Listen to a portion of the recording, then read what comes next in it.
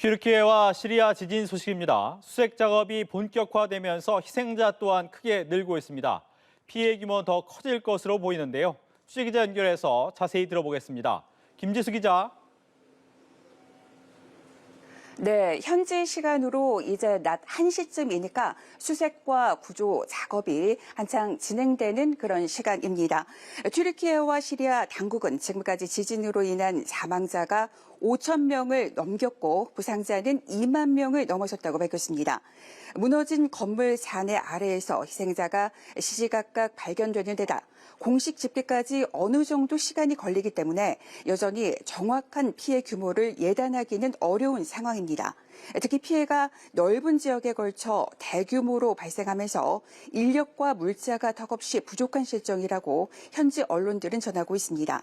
사상자 수는 수색과 구조 작업이 이어지면서 계속 늘어날 것으로 보입니다. 미국 지질조사국은 대규모 손실이 예상되며 재난이 광범위하게 퍼져나갈 것이라고 관측했습니다. 무엇보다 여진이 이어지고 있는 점이 우려스러운데 지금도 위험한 상황이라고 봐야겠죠? 네, 큰 지진이 발생하고 나면 반드시 여진이 뒤따르게 됩니다. 말씀하신 것처럼 현재 튀르키예 상황도 마찬가지입니다. 처음에 규모 7.8에서 시작했던 지진은 9시간 뒤 규모 7.5로 이어졌고 오늘 낮엔 규모 5.3의 지진이 또 발생했습니다. 첫 강진 이후 30시간 동안 여진이 109차례나 발생했는데 모두 규모가 4를 넘었습니다. 지진 자체가 매우 위력적이긴 하지만 피해 규모가 굉장히 큽니다. 다른 이유가 있습니까? 우선 첫 지진이 발생한 시간이 새벽 4시였습니다. 대부분의 사람들이 잠들어 있는 시간이기 때문에 재빠르게 대응하기가 어려웠을 것으로 보입니다. 그리고 눈까지 내리는 추운 날씨도 고통을 키우는 요인으로 지목되고 있습니다.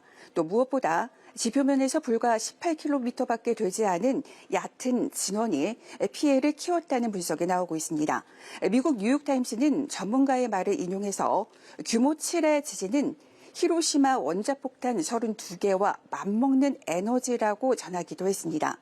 여기에 시리아는 워낙 오랜 내전을 겪다 보니 건물 자체가 손상돼 있는 경우가 많아서 속수무책으로 무너져 내렸다는 게 현지 언론들의 설명입니다. 마지막으로 각국의 지원 상황도 알아보죠. 전 세계가 한마음으로 튀르키예와 시리아에 손을 내밀고 있다고요? 네, 말씀하신 대로 국제사회의 지원이 잇따르고 있습니다. 미국은 곧바로 구조팀을 파견하며 지원에 나섰습니다. 중국과 인도도 구조팀을 보내고 긴급 원조를 결정했습니다. 독일 등 유럽 국가들도 일제히 지원 행렬에 동참하고 있습니다.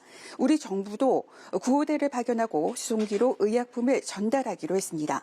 이 밖에 나토 가입 문제를 두고 튀르키예와 얼굴을 붉혔던 스웨덴과 핀란드, 또 오랜 앙숙인 그리스, 여기에 시리아와는 사실상 전쟁 중인 이스라엘까지 지원 의사를 밝히는 등 어제까지 어떤 관계였는지에 상관없이 국제사회의 인도적 지원이 이어지고 있고 국제구호단체들도 긴급 지원에 동참하고 있습니다. 지금까지 보도국에서 전해드렸습니다.